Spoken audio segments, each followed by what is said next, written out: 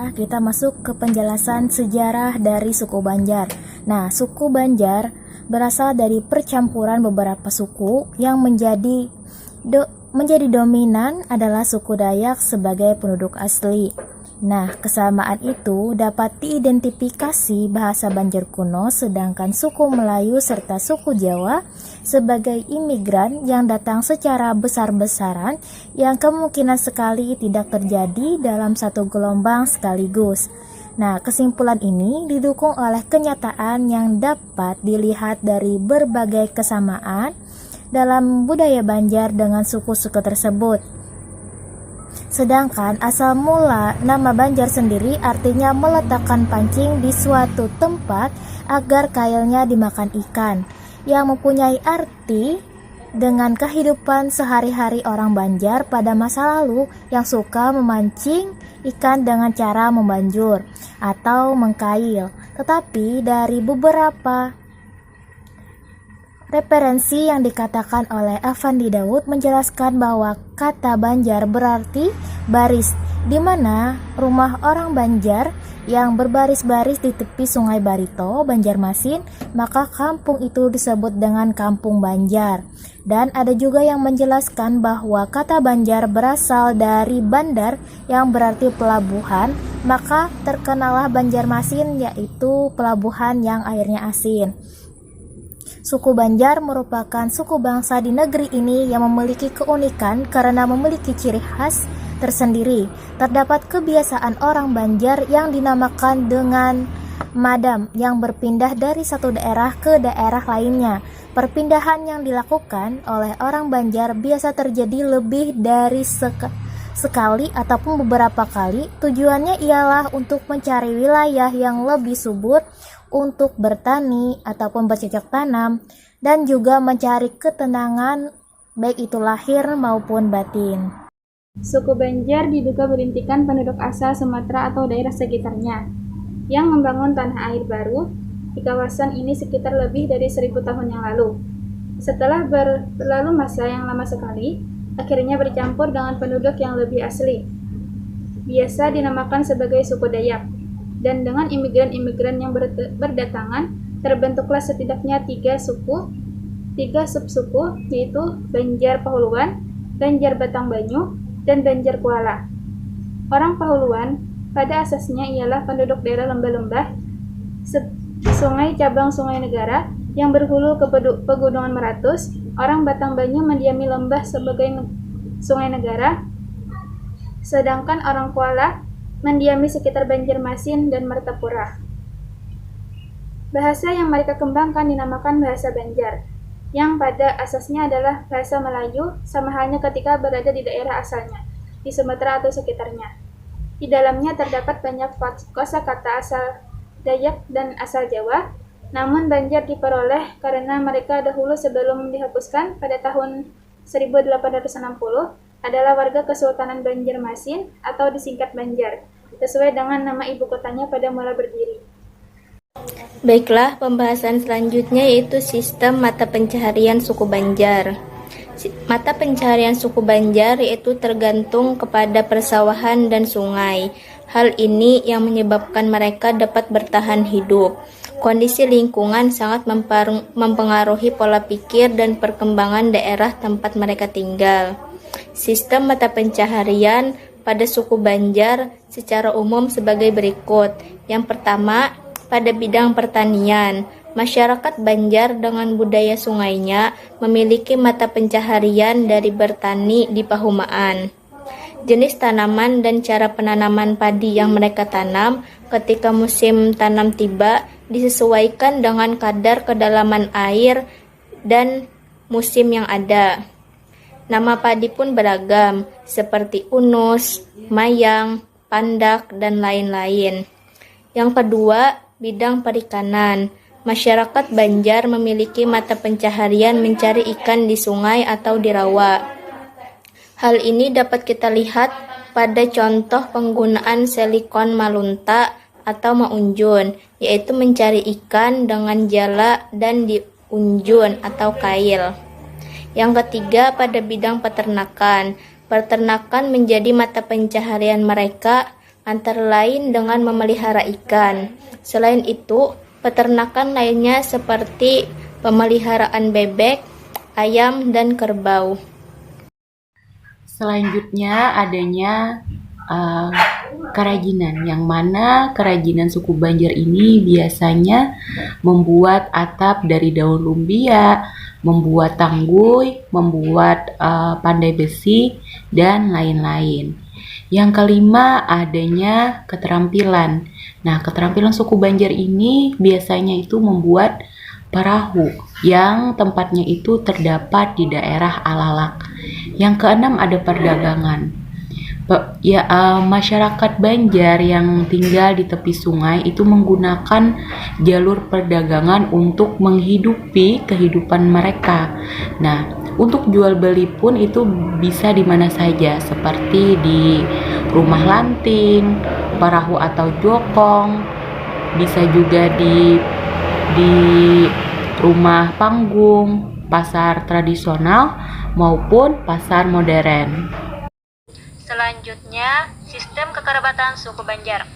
Dalam hal kekerabatan, suku Banjar menganut sistem bilateral, yaitu prinsip keturunan yang menghitung hubungan kekerabatan menurut garis keturunan ayah maupun ibu. Namun demikian, dalam hal-hal tertentu seperti dalam perwalian diperhitungkan menurut garis ayah. Sebagai contoh dalam hal pernikahan, maka yang menjadi wali dari seorang wanita sebagai calon mempelai adalah bapaknya. Jika tidak ada bapaknya digantikan oleh saudara laki-lakinya dan seterusnya. Demikian pula dalam hal asbah. Apabila almarhum bapaknya meninggalkan anak, maka yang berhak menjadi asbah adalah anaknya laki-laki almarhum. Seandainya anak laki-laki dan saudara laki-laki almarhum juga tidak ada digantikan oleh saudara laki-laki ibu atau bapak almarhum dan seterusnya.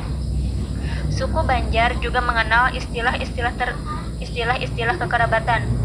Dalam disiplin ilmu antropologi, istilah-istilah ini biasanya digambarkan dari seorang individu yang disebut ego.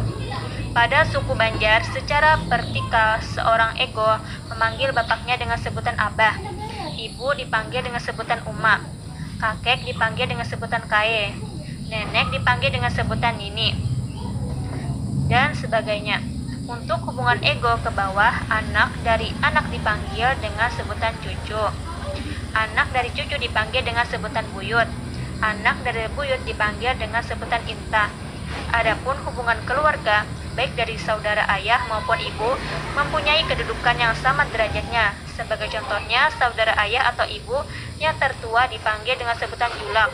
Saudara ayah atau ibu yang kedua dipanggil dengan sebutan gulu. Sedangkan kepada yang lain dipanggil dengan sebutan pakacil atau paman dan makacil atau bibi. Selain istilah-istilah kekerabatan tersebut di atas, masih banyak istilah-istilah kekerabatan pada suku Banjar. Di antaranya, suami atau istri dan anak inta dipanggil dengan sebutan minantu. Pihak ayah atau ibu dari kedua mempelai dipanggil dengan sebutan pawangan. Ayah atau ibu dari kedua suami istri dipanggil dengan sebutan mintuha. Anak dari saudara inta dipanggil dengan sebutan kamanakan. Saudara dari ibu atau ayah dipanggil dengan istilah memarina dan sebagainya. Adapun hubungan kekerabatan yang terdekat di luar keluarga batih adalah hubungan antara seorang individu atau ego dengan saudara ayah maupun ibu, yang dalam bahasa Banjar baik itu saudara ayah maupun ibu disebut dengan istilah memarina. Dalam hal ini, pandangan individu terhadap memarina dianggap dapat menyelesaikan masalah kekeluargaan selain ayah dan ibunya. Oleh karena itu, hubungan antara individu dengan memarina ini biasanya cukup akrab. Bahkan, keberadaannya dapat dianggap sebagai pengganti orang tuanya jika kedua orang tua individu tersebut meninggal dunia. Sebelum Islam masuk ke Pulau Kalimantan, penduduknya telah memeluk agama Hindu-Buddha atau memeluk kepercayaan keharingan yang tentu saja sangat berbeda dengan ajaran Islam. Walaupun proses Islamisasi masyarakat Kalimantan hingga kini terus berjalan melalui dakwah dan pendidikan, akan tetapi bekas-bekas kepercayaan dan budaya agama sebelumnya tidak sepenuhnya bisa dikikis, sehingga sebagian masih berpengaruh terhadap keberagaman dan kebudayaan. Para ahli sejarah belum dapat dengan pasti mengatakan tahun kedatangan Islam di Kalimantan Selatan dengan alasan kesulitan menemukan data untuk mengungkapkan hal itu.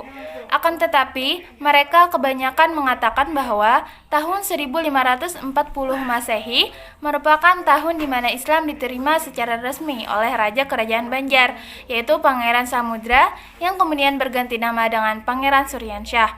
Dalam makalah Hamka yang berjudul Meninjau Masuknya Islam ke Kalimantan Selatan dan disampaikan dalam seminar Masuknya Islam tahun 1973, Hamka menyimpulkan bahwa yang pertama, tersebarnya agama Islam ke Kalimantan Selatan sebenarnya terjadi lama sebelum berdirinya Kerajaan Islam Banjar di Banjarmasin, yaitu diperkirakan pada akhir abad 14 Masehi. Yang kedua, penyebaran Islam adalah para pedagang sekaligus ulama sebagai hasil dari hubungan timbal balik antara Singapura Malaka, kemudian Pasai dan Aceh dengan tanah Banjar serta Marabahan atau pelabuhan yang ramai pada masa pemerintahan Raden Sari, Kaburangan, dan Pangeran Temanggung. Yang ketiga, berdirinya Kerajaan Islam di Demak atau Jawa Tengah pada sekitar tahun 1500 Masehi dan adanya hubungan orang Islam dengan pantai antara Jawa Timur dan Surabaya semakin mempercepat proses berdirinya Kerajaan Islam Banjar. Dan yang terakhir, yang keempat, ikatan kebudayaan bahasa Melayu yang dipakai sebagai bahasa pengantar dengan tulisan Arab Melayu dalam buku-buku pelajaran agama Islam yang pertama dikarang yaitu Sabil Al-Muhtadin dan Kitab Parukunan di Kalimantan Selatan yang menunjukkan adanya hubungan erat dengan Semenanjung Malaka. Berikutnya, Abdul Muiz berpendapat bahwa masuk dan tersebarnya Islam di Kalimantan Selatan adalah dengan cara damai. Setelah berpuluh-puluh tahun, itu diangsur membentuk masyarakat Islam dan pada akhirnya berdirilah Kerajaan Islam Banjar. Awal mula penyebaran Islam di Kalimantan Selatan yaitu dibawa oleh para pedagang dan dai-dai Islam secara personal serta perkawinan dengan wanita-wanita setempat, sebagaimana tersiarnya Islam di daerah Indonesia seperti di Jawa dan yang lainnya. Kemudian perkembangan agama Islam dan peningkatan ilmu keislaman tampaknya dimulai pada abad ke-18 yaitu di zaman ulama besar Syekh Muhammad Arsyad Al-Banjari pada tahun 1710 sampai 1812 Masehi. Pada saat itu, dakwah menggunakan metode pengajian dan pendidikan Islam di langgar atau surau. Untuk mempermudah dakwah Islam, Syekh Muhammad Arsyad Al-Banjari mengarang beberapa kitab, diantaranya kitab fikih, tauhid, dan tasawuf. Sistem sosial kemasyarakatan suku Banjar. Masyarakat suku Banjar mengenal istilah bubuhan, yaitu kelompok kekerabatan yang merupakan kumpulan dari keluarga yang merupakan satu kesatuan. Dalam masyarakat Banjar terdapat susunan dan peranan sosial yang berbentuk lapisan. 1.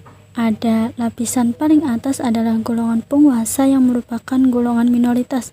Mereka adalah kaum bangsawan atau bubuhan raja-raja. Penghargaan masyarakat terhadap golongan bangsawan ini sesuai dengan derajat kebangsawanannya. Mereka secara turun-temurun menjadi golongan terhormat dan berdarah bangsawan, serta mempunyai gelar seperti sultan, pangeran, ratu, andin, antum, dan nanang. Golongan ini mempunyai hak memungut cukai dari hasil bumi, pertanian, perikanan, dan lain-lain. Yang kedua ada golongan pejabat kerajaan, ulama-ulama, mufti, dan penghulu. Golongan ini langsung berhubungan dengan penduduk. Segala macam barang yang mereka beli dari masyarakat dibayar dengan uang. Mufti sebagai pejabat formal mengurus segala perkara hukum pada tingkat tinggi, sementara ulama-ulama menyampaikan ajaran agama Islam. Golongan yang ketiga yang terbesar yaitu rakyat biasa. Mereka adalah golongan yang hidup bertani, beternak, berdagang kecil-kecilan, dan kerajinan industri dan pertukangan. Yang keempat itu ada golongan bawah, adalah golongan pendeling. Golongan mereka yang kehilangan setengah kemerdekaan akibat utang-utang yang tak dapat mereka bayar. Biasanya merekalah yang menjalankan perdagangan dari golongan bangsawan atau pedagang-pedagang kaya. Golongan ini berakhir pada abad ke-19 seiring dengan dihapuskannya kerajaan Banjar oleh Belanda. Ragam budaya Banjarmasin, Kalimantan Selatan, yaitu pertama budaya peralatan hidup dan teknologi. Ada pakaian daerah. Yang pertama pakaian daerahnya yaitu yang khas adalah pakaian pengantin Banjar. Suku Banjar di Kalimantan Selatan terdiri atas 3 subetnis berbeda, yakni Pahuluan, Batangbanyu, dan Kuala. Ketiga sub etnis ini dikenal memiliki kreasi budaya yang unik dan penuh makna. Salah satunya tercermin dalam busana adat pengantin, yaitu busana adat pengantinnya Bak Amar Galung Pancaran Matahari. Yang kedua yaitu Bagajah Gamuling Bak Ular Lulut. Yang ketiga Babajukun Galung Pacinan. Yang kedua yaitu kain sasirangan. Kain sasirangan adalah sejenis kain yang diberi gambar dengan cara dan warna tertentu yang sudah dipolakan secara tradisional untuk cita rasa budaya yang khas suku Banjar. Kemudian yang selanjutnya ragam budaya Banjar yaitu arsitektur bangunan. Aspek budaya memang sangat berpengaruh terhadap jenis rumah adat maupun tradisional arsitektur bangunan rumah. Juga acap kali tidak dapat dipisahkan dari sistem kepercayaan asli suku-suku yang terdapat di dalamnya. Rumah Mbak Ayun adalah nama kolektif untuk rumah tradisional suku Banjar dan suku Dayak Bakumpai. Kemudian selanjutnya contohnya yaitu rumah bubungan tinggi. Rumah bubungan tinggi adalah salah satu jenis rumah ayu, yaitu rumah tradisional suku Banjar. Kemudian sejarah tradisional senjata. Masuk pada senjata tradisional, setiap daerah mempunyai bentuk yang unik. Bahkan fungsi senjata itu pun beragam di beberapa daerah. Dianggap sebagai simbol yang memiliki makna mendalam bagi pemegang atau pemiliknya. Adapun senjata tradisional yang memiliki fungsi berburu dari khas Kalimantan Selatan yaitu keris. Keris adalah salah satu senjata tradisional yang paling dikenal sebagai ikon Indonesia. Keris adalah senjata tikam pendek berujung mata tajam pada kedua sisinya, serta memiliki bagian pangkal melebar dan tidak simetris. Kemudian contoh senjata yang khas dari suku Banjar selanjutnya yaitu mandau. Mandau adalah senjata yang berbentuk parang panjang yang ditepi secara tradisional dan memiliki ukiran-ukiran di bagian wilayah yang tidak tajam. Ragam budaya lagu Ampar-Ampar Pisang berasal dari Kalimantan Selatan yang diciptakan oleh Hamidan Acal. Awalnya lagu Ampar-Ampar Pisang ini kerap dinyanyikan sebagai senandung gibran saat masyarakat Kalimantan Selatan membuat kue makanan dari pisang yang dinamakan rimpe. Alat musiknya yaitu yang khas berupa panting. Panting adalah alat musik tradisional suku Banjar. Musik panting karena didominasi oleh alat musik yang dinamakan panting, yakni alat musik petik yang berbentuk seperti gambus Arab tetapi ukurannya lebih kecil. Yang kedua yaitu contohnya kurinding. Suku Banjar memiliki alat musik tradisional yang unik bernama kurinding karena perbedaan bahasa beberapa daerah menyebutnya. Ada yang menyebut kurinding kendati bentuk alat ini kecil tetapi ini dapat mengeluarkan bunyi yang nyaring. Kemudian ragam Banjar selanjutnya yaitu seni tari. Contohnya yaitu Radap Rahayu. Tari Radap Rahayu adalah tari klasik daerah Banjarmasin bersifat sakral. Hal ini merupakan penyambutan sebagai tanda kehormatan bagi tamu berasal dari beradab. Ada yang memiliki arti bersama, berkelompok atau lebih dari satu. Adapun rahayu memiliki arti kebahagiaan, kesenangan dan kemakmuran. Kemudian yaitu contoh selanjutnya baksa kembang. Baksa kembang merupakan jenis tarian klasik Banjar sebagai tari penyambutan tamu agung yang datang. Sekian itulah ragam seni budaya suku Banjar.